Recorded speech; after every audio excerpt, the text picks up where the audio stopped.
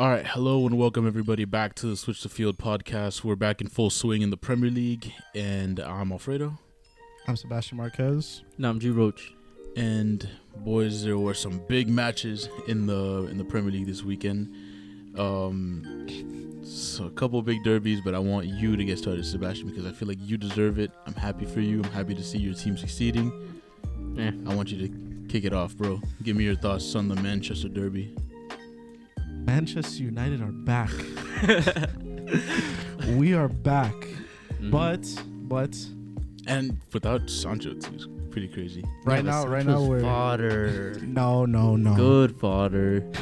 Right now, for Manchester United, I'm gonna say, without Casemiro, we are nowhere near where we're supposed to be in the top four race. You could say title race, but I won't say that yet. I don't think we're in a title race at the moment. Where was the energy from yesterday, bro? This guy was yelling title race as soon as you finished the game. Yes. That is cap. You're a liar. I did not say title race. God. Check the messages. I never said title race. I said, all right, we're gonna talk about it on Monday. All right. If there's a screenshot, put it in the video. I never said that, but I did say that we would talk about it, and I don't think we're in a title race. As much as I would love us to be. Hold on. So where do you stand then? Because you guys are better than City, clearly. I don't know if we're better than City. Yeah, I don't think they're better than City either. I just think they beat City that day. Yeah, we completely. Erik ten Hag completely outclassed Pep on the day. He's done miracles on me. He knew where to play narrow, so we played narrow because their wingers are pretty slow. So most of their attack is going to come through the middle. Erik ten Hag knew where to put everybody. The only thing that he got wrong was putting Bruno on the right and Eriksen starting. But other than that, he completely outclassed them. I thought we were going to lose still because we had Malacia at left back. All right, whatever. Now that we're here.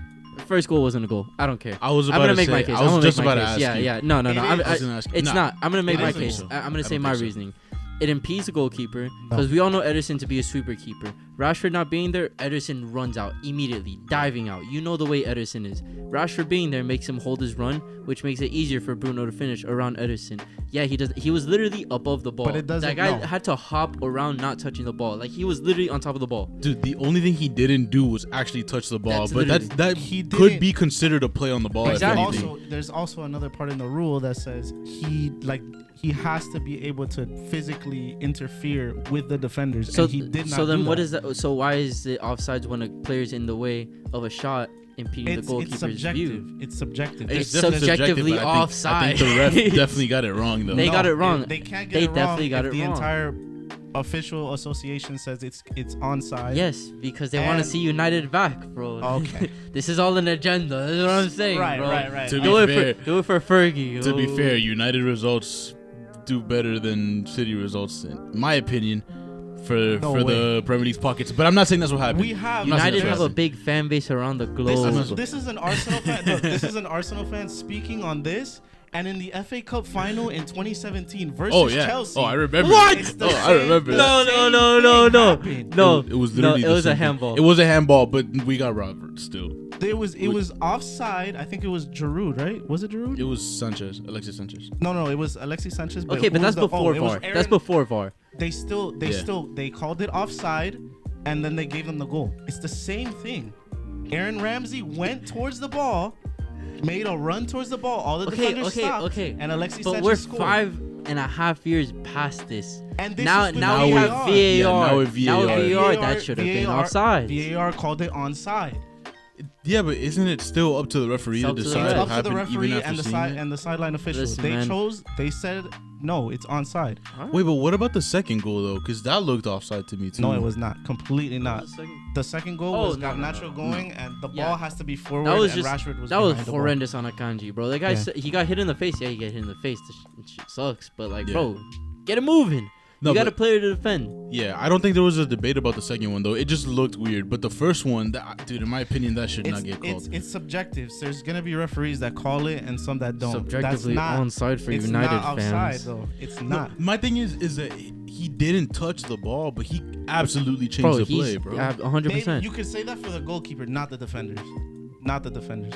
He doesn't do any. The defenders do not move differently towards the ball. The Rashford is just shielding a little bit. You but he's can't not. say that when there's literally a player on top of the ball, though. He's literally on top. Like He you doesn't watch touch the it. video, He you watch the doesn't replay. He's hopping around I the ball think- to not touch You know it. what I think you guys are doing? I think you guys are going with what you think is fair rather than what the rule of law is. The rule of law is that if it impedes a I player's think- movement, Ederson's movement, But that law is not in place. The law is different. It's completely different than what you think is fair. this guy's I such a think- biased fan, bro. How is this Okay, no, biased? I agree. I agree I- that like that is the rule. I'm not gonna lie. However, it's convenient that rule just you happen to be okay with that rule when we know there's I'm like not okay with the- that rule. I've never said I was okay with the rule. I'm saying what the rule says is what happened. But I said, and I texted you guys, I said, I think that the rule needs to be changed. Okay, I mean, yeah, because there's a lot of rules that are like weird and that are like leave things to interpretation, like handballs in the game, Yes. which are annoying. I'm just saying, you're right that it is the rule. I just think that like you're kind of like, well, that's what the rules say. Like, Because it is. I mean, it is, bro, but I don't think it's a good rule. I don't think Okay, it's fair. and I that's think why- City got screwed. Don't get me wrong, City were not good. And I don't think that like they should have taken a win from this game, but still, No. like, Whatever. This is a conversation we'll have with the FA when we meet with them. But what's your opinion on why City are out of form? Out of form. They're losing to teams that they shouldn't lose. They've been losing Brentford before the World Cup, Liverpool as well before the World Cup, and they were in bad form. Right now, I know it's just the Carabao Cup, but they're losing to Southampton, and they were last in the league. What else? I know they dropped points in the Premier League. They tied to Everton. They also tied to Everton, yes, and Everton are horrendous right now. They're dropping points versus teams that they would usually beat. And I mean, yesterday, I think Pep just got outclassed, but it's another bad. It was a bad performance by them. They just complete possession. They had one shot on target. Nowhere to be seen. One thing I will say about Haaland, because I've been seeing a lot of Haaland slander. He's just a true striker, man. We've said he's a phenomenal. Could go down as one of the world's generational strikers ever, all time, of ever. But you have to feed the guy. No, he He's not needs going to create service. anything. He's a finisher. And He's that's strictly a finisher. yeah, and Only that's a the same finisher. with all players like of his build. Like you need to give them service for them to be effective. Otherwise, he's not the type of striker that's gonna like play make like Harry Kane. The not only necessarily good in hold up play. Like you have to give him service, and City aren't giving him that at the moment. I think the creative players have been playing pretty poorly lately, which is why a big reason for this. I would agree, and I also think they're just playing differently from years past. It's also weird because Riyad Mahrez is either fantastic or terrible. There's like I don't see an in between. I He think either he's been one creates- of their better players this season, though. Like, I for me, whenever I watch City games, I don't see consistency. Like he's either really good, really creative, like, shots on goal, crosses, feeding the players, or he's just absolutely terrible. I could see why you say that, honestly. I mean, the player that's been picking up form for them, in my opinion, has been Jack Grealish. I mean, he's a £100 million signing. He needs to pick up his form. But, I mean, he's been picking up form. I like how he's been playing. He's getting adjusted to the system, so. Very odd. Almiron starts dropping in form and Grealish starts Grealish- picking yeah. up his. Oh, they're they feed off each other, bro. Top It's 5 football insane. beef, bro. I don't know, man.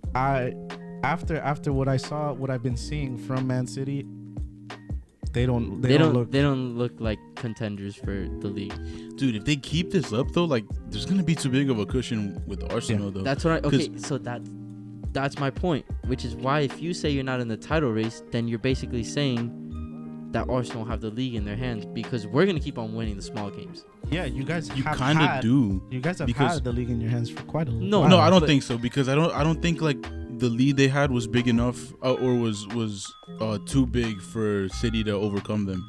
But I think it's starting to get to that point because we're getting to a point where like a 9-point deficit is going to take like 10 games or something for you to recover if teams continue like playing the way that they have the last couple of weeks. Like this is going to start to become insurmountable for Man City. It's crazy. It's keeps crazy going. though. It's crazy though that we're saying Man City is out of form, but this is not. It's not even like it's. I know they're still second in the Premier League. I know. Man City's out of form is not dominating the league. It's really just crazy. Arsenal are having an insane season. 47 out of Dude, 54 yeah. points. But it's just crazy. All right, so I guess we'll just move into Arsenal at this point. Dude, it's so beautiful, bro. I mean, it's so beautiful. Okay, all right. My big concern about last game was that we were horrible on the second half. That's strictly, in my opinion, dude, the players just switched off, and Tottenham's second half are probably one of the greatest teams in history. Like, do you know how many points they recovered off of second half performances? Yeah. But besides that, the first half, dude, it was literally men amongst boys. Like, we were so good. Every counterattack they had, we were there. Saliba was there, Gabriel was there, or Partey. Like, we're so good at the counterattacks. We're good at defending as a unit. We're great going on the counterattacks. We're great in possession. Like, dude, it's so hard. Like, there's no more fraud tendencies, bro. I'm so tired of the fraud tendencies. This guy's about to cry, bro. It's so beautiful. I haven't seen Arsenal play like this ever. I saw glimpses of it last season in some games, but like, bro, there's so few points to kill us in, and that's what's so amazing. We have 2 top 5 midfielders in the league. We have arguably the best cam in the league with Odegaard. He's proved himself immensely lately. Like the second half of the halfway of the season, so the last quarter of the season, he's proved himself like crazy. He's not taking the extra pass. He's taking shots, which is why he's scoring. He's making the right passes. Yo, he's really about to cry, bro. This shit is beautiful. Bro, he basically took Smith Rowe out of the starting 11 too. Dude, 100%. I mean, it was always... I don't think Smith Rowe was ever gonna take. It was always between Martinelli and Smith Rowe. No, but I thought there was one point where like Smith Rowe was contributing for you guys consistently, and like people were saying that him and Saka are gonna be the duo for you guys over the next couple of years. Well, to be, I like Smith Rowe. On Smith Rowe's end, he's been injured, so he could be the spark off the bench that we need for now, and I think he'll understand the role now that Martinelli's proven his worth. Yeah, Saka's clearly Arsenal legend. And Odegaard is playing phenomenal. Dude, Martinelli coming up is actually crazy to me because for a long time I thought he was a fraud. I thought he made a career off that Kante slip against Chelsea. Oh my god, bro! And even then, that was such a that was such a haram goal. That's a haram. Yeah, bro. I was a hater. I'm not gonna lie, but he's actually balled this season. Because he used to be super clumsy. Yeah. He didn't know how to finish. Bro, in the beginning of the season, you guys remember me complaining game after game. Why is he crossing? The guy has no type of touch on the crosses. The guy looked like World Cup Pulisic, bro. The guy was just tossing that in there for no reason. No, but it's so hard for me to see Arsenal failing unless Saka or Odegaard get injured. Dude, I hate to say it, but I feel like that City loss is going to be the one where people... Not the City loss. Well, the City loss to United is going to be the one that people look at and be like, damn, like that's where City lost the league. Because I'm not saying this lead that Arsenal have is something that they can't come back from. But no, they've gone on stretches in the past where they go unbeaten. Literally, yeah. Like 15 games. Did they not win 15 games in a row to pass Liverpool in the title race? No, yeah, and that can absolutely happen. But I'm saying like the way they're playing right now, combined with the fact that like Arsenal are just going to continue to pick up points against. Now they did it against Tottenham, but they're going to continue to do it against the smaller teams. Now next weekend we play United. Yeah, that's a test. That's a big game. My worry with Arsenal is the same worry that I have. Is one of our most important players, maybe for you guys, Party, for us, it's Casemiro. If Casemiro gets injured, we have nothing in that center defensive mid position. Fred is more of our center mid. That he's very. He plays very good with Casemiro. Yes, but if Casemiro gets injured, we have to play McPants and Fred, and we've seen what destruction they could cause. That Fred duo in the midfield is crazy. Yeah. So my thing is but Sancho coming back I think is a plus. I mean, we need another midfielder because Donny just got injured as well. He's out for the season. These are injuries will pile up in the second half of the season. My issue with Arsenal is if Partey gets injured, Saka gets injured, something happens, that can derail their season because they're one of your most important players. Yes. An injury to one of those players for sure. But I think they've weathered the whole Gabriel Jesus injury pretty well. Right now, yeah. And Kessia, Right now, yeah. he's not finishing, but that's nothing new. Gabriel Jesus wasn't scoring like exactly, that. exactly. So it's not really anything. The only thing about Nkessia is that we don't have another third player like just floating. He's done well at like picking up the ball towards midfield, which I've been very impressed. Yeah. Dude, but his first touch is la caca, bro. That is horrible. Yeah. But one thing I will say is that if Partey or Xhaka get injured, I think Elneny, he's not great. He's serviceable. But I think one of the two are good enough to hold it down enough to where we're still composed in the back. Now, the bad thing is offensively, because Partey, even though he's a CDM, that brother is very good offensively. I can agree. More than most. Almost every single center defensive mid, except for Casemiro, of course. That's the main thing you guys need for the title push, though, is to stay healthy. And if injuries were to pile up, because there's a lot of games in the second half of the season. Like, the season's going down all the way to June, bro. This is where because of the World Cup. This is where I go with them not even being able to sign Mudryk. I was just about to get to that. Yeah, like, they didn't add depth.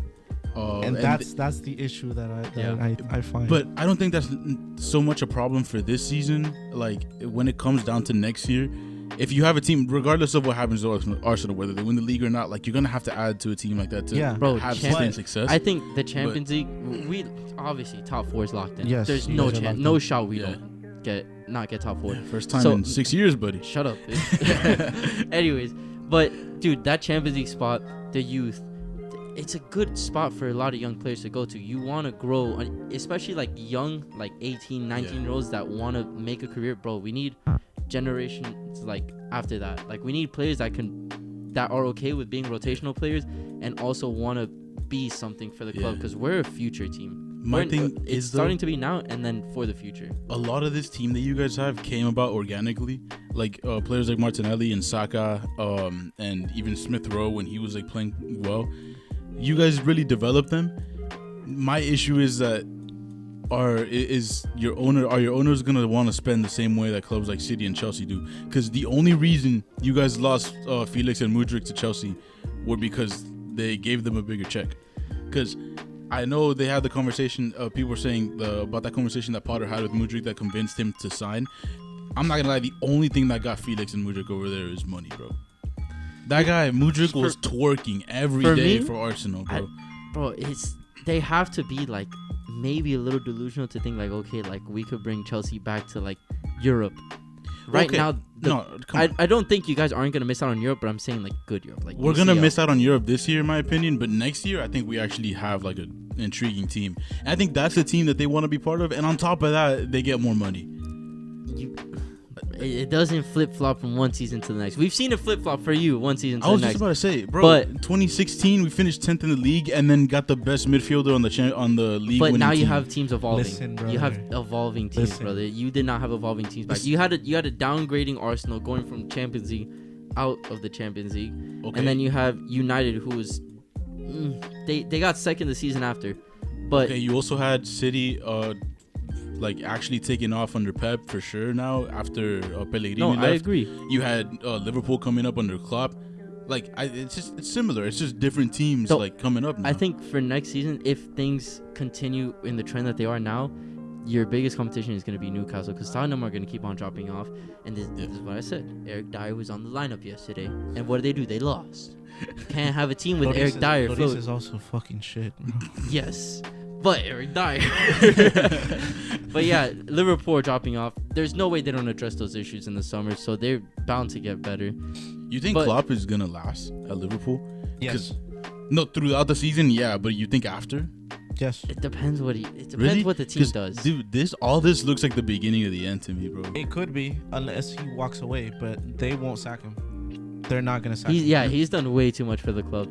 He won their first Premier League. True, yeah. And he won a Champions League for the first time in like 15 years when they did. Got him to a final literally last. But he's gonna have. Yeah, that's true. I mean, Liverpool actually could have potentially been one of the nastiest teams of all time last year if a couple results went their way in the finals. But literally, they could have won. What isn't it? The quadruple. They could have. Yeah, if they held on, they could have won the Premier League. Could have won the Champions League. They could have won. No, they did win the Carabao Cup. Didn't they go trophyless? No, they won the FA Cup and the Carabao Cup. The Caraboobies Cup. Bro, fucking 12 years old, bro. I don't know, man. Liverpool, though, coming off a bad loss. Like, that's a bad loss. That is very bad loss. Dude, they've been like haram the entire Don't get me wrong. Some big clubs lose to Brighton, too. But, like, damn, bro. But isn't that 2 in a row? Didn't they lose last game to Brentford? They lost Brentford 3-1, and then they lose this one 3-0. So that's 2 in a row. That's right. I forgot about the Brentford loss, dude. They are bad. Yeah, Liverpool Liverpool are actually haram, bro. Can't wait for that Liverpool-Chelsea meetup next weekend, huh, buddy? El Shiriko, bro. No, bro. This is actually gonna be the worst game of the fucking season, bro. Now that we're on to Chelsea. You remember that meme, the 2 clowns fighting? Bro, that shit's hilarious, bro. That's actually gonna be bad. Now we get on to what are Chelsea cooking?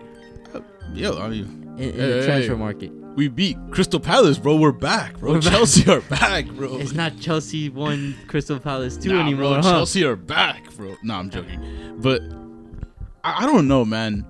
Like, all these signings are so weird to me. First of all, I don't like that we're just going out and spending whatever, paying whatever wages to whoever wants to join. No, not whoever. It's rival teams. Yeah, bro. Targets. No, and then on top rival of that, teams bro, targets. like, Bowley goes on Chelsea Twitter Spaces yesterday and then leaves the moment they bring up Declan Rice, bro. And then today a report comes out that Arsenal are monitoring Declan Rice for the summer. Yeah. So we're gonna get Declan Rice now, bro. Oh my God. Dude. Bro, I don't know what we're doing, bro. Like, I'm not gonna lie, players like Mudryk are exciting, bro. He's been nasty for Shakhtar this year. Listen. And then obviously Joao Felix played incredible the first 58 minutes on the pitch against Fulham before that idiotic tackle. Now we're gonna be paying like $1 million a game for him. And the other players like Badiashile also played pretty well against I like him a lot. Crystal Palace. And then we have a couple other players that aren't gonna be plugged into the team immediately, but like Andre Santos, obviously, and Nkunku in the summer. These players are exciting. I don't like our strategy for like getting these signings. I don't know what the project that Potter told Mudryk about is. Just looks like we're just piecing together a bunch of different pieces and praying it works. Thank you guys. As soon as you put the badge on these players, they just start getting the green licks. This is Ultimate Team, brother. That's what Bowley's playing. You just buy the golden Premier League manager card, you're set. 100 mode. Yo, actually though, bro, giving them whatever, bro. Like I said, bro, it's exciting because there's big players, big names, and they're doing big things at their clubs. But I don't know. I have to see it work on the field. Do you think it's the overhaul starting now? No, yeah, absolutely. Like, what do you think? Kai Havertz is gone, maybe? No, I think Havertz, Mount, and Gallagher. I hate to say it, but I think they're like bulletproof, bro. By the club, from the manager. Like, dude, all these bad performances and they're still starting. I still, even after like 2 years, I still don't see it with Kai Havertz, in my opinion. No, he definitely isn't living up to the price tag or all the hype, honestly, but he's gonna stay. I mean, to be fair, Kai Havertz hasn't been like awful this season. No, I don't think it's it for him. He's like not serviceable, but he's like just slightly underserviceable. He plays like, he's not a cam, bro. I don't know what he is. Yeah, I think his best position is like the 10, bro, but like a traditional 10. But Chelsea don't play. But he doesn't like. Yeah, but we don't play with traditional 10s, which is why he's never gonna be. The reason I say like he doesn't feel like he's a 10 is because he doesn't progress the ball to the either the wings, or there's times where Aubameyang is moving forward and he doesn't pass the ball forward. Yeah. No, dude, it's because I think he has the vision. He just can't make those passes, bro. Same with Mason Mount. Mason Mount is worse. No, bro, but Mason Mount is gonna need a Dele Alli type of fall off to leave Chelsea, bro. He's the club golden boy. Like, he's never gonna be gone. However, like next year, like I said, I think this is the beginning of the overhaul where we see like players like Aubameyang, Pulisic, Ziyech, like they're all heading out of here. Callum Hudson-Odoi probably too have spent as much money as Liverpool in 4 months that they did in like 5 years. I mean, yeah, it's bad. Don't get me wrong, but I think the net spend is gonna look better after the summer when all these players are gone. Like, we're definitely not gonna get anything near what we paid for Pulisic or Ziyech or Lukaku or Aubameyang, but I think we're gonna make a decent chunk back. I forgot about Lukaku too. He was one I wanted to mention. He's definitely gone. He already said he wants to remain at Inter Milan. That's if Inter wants to buy him. Dude, I would pay Inter to take him. I got $27. Take it or leave it. My thing is though, is I see too many Chelsea fans getting excited about talking about like, oh dude, this Felix and Nkunku Mudryk front three is gonna cook next year, and it sounds so exciting, but are we even gonna have Felix next year? You guys are not gonna have Felix. He Bro, signs if- a new contract. shot. I don't think Dude. Todd Bowley is gonna spend another 120 million just to keep him. Bro, if we don't re-sign Felix, this is actually gonna be the stupidest loan in the history of It's loans, already bro. one of the stupidest. It actually, yeah, loans. it's actually very, very stupid, bro. But I don't know, man. Ridiculous. Don't get me wrong. The thought of those three playing together Yes, sounds it's exciting. awesome. It's awesome. And if in the midfield we could get someone like Declan Rice or Enzo Fernandez, like that would be amazing. Bro. I'd be so happy with that. But I just don't think that we've spent too much already, bro.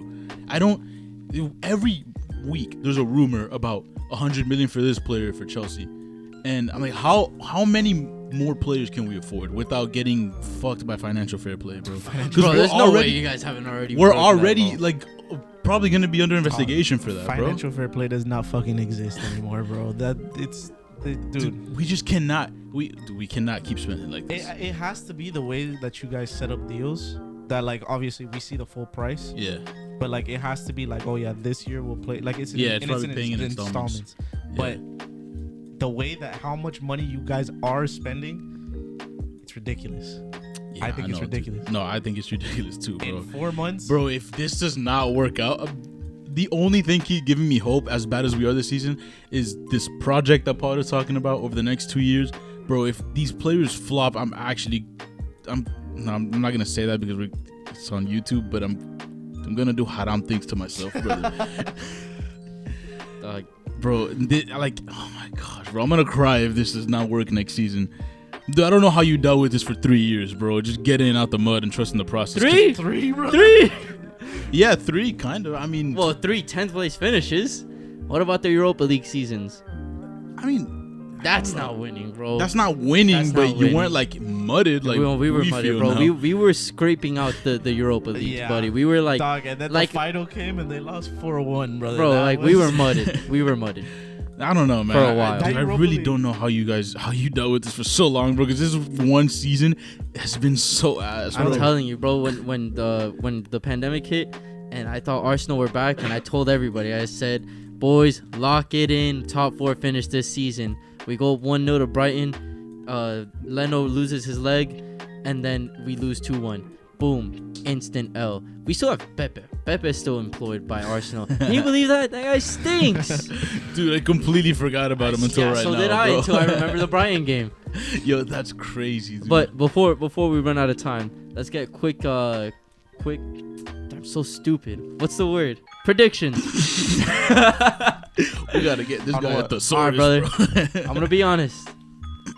I'm a little nervous about United, but Oh, I think this is gonna I be a want good-ass to game, say bro. it's gonna be a classic, but just because we're at home, I want to say 2-1 or 3-2 Arsenal. I'm gonna say 2-2.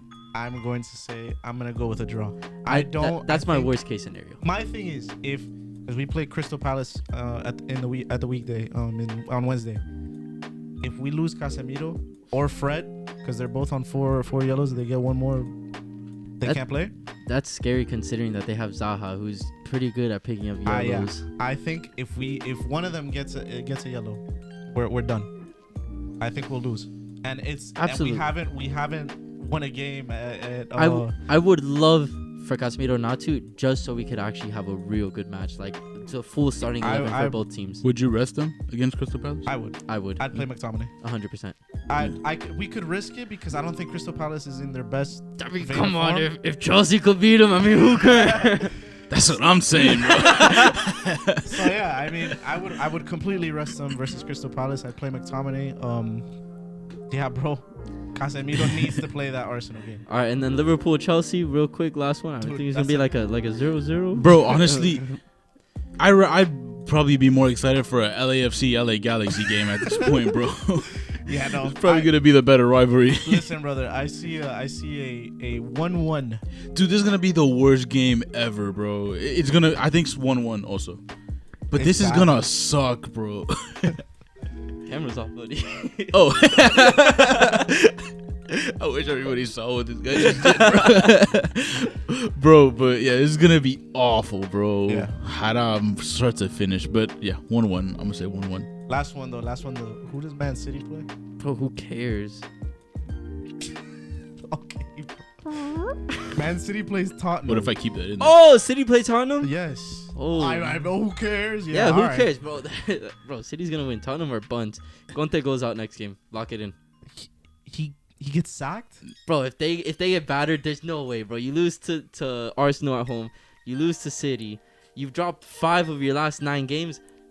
Nah. I don't Come think so. on, Sack bro. him. There's I don't no think it's- shot. They're not sacking him for this. I Bro, don't they're think it's time dropping yet. fast. They're not sacking him It's for not this time game. yet. Not yet. Nah.